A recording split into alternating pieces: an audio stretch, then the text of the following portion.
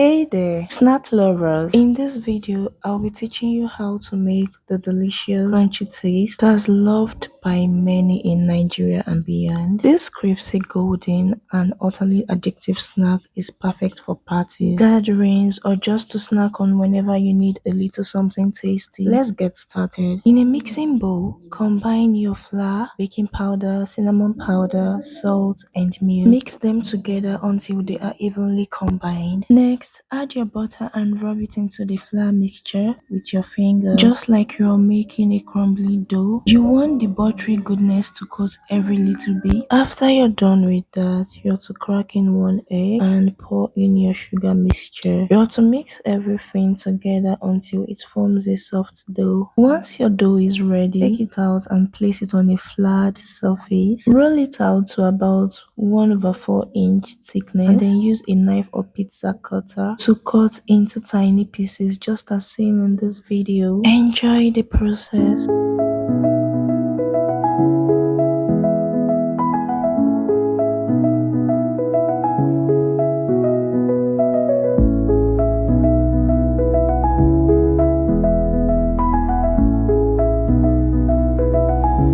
Heat up some oil in a frying pan. Carefully drop your chinchin pieces into the hot oil and fry until they are golden brown and crispy. Stir occasionally to make sure they cook evenly. This should take up to 5 minutes.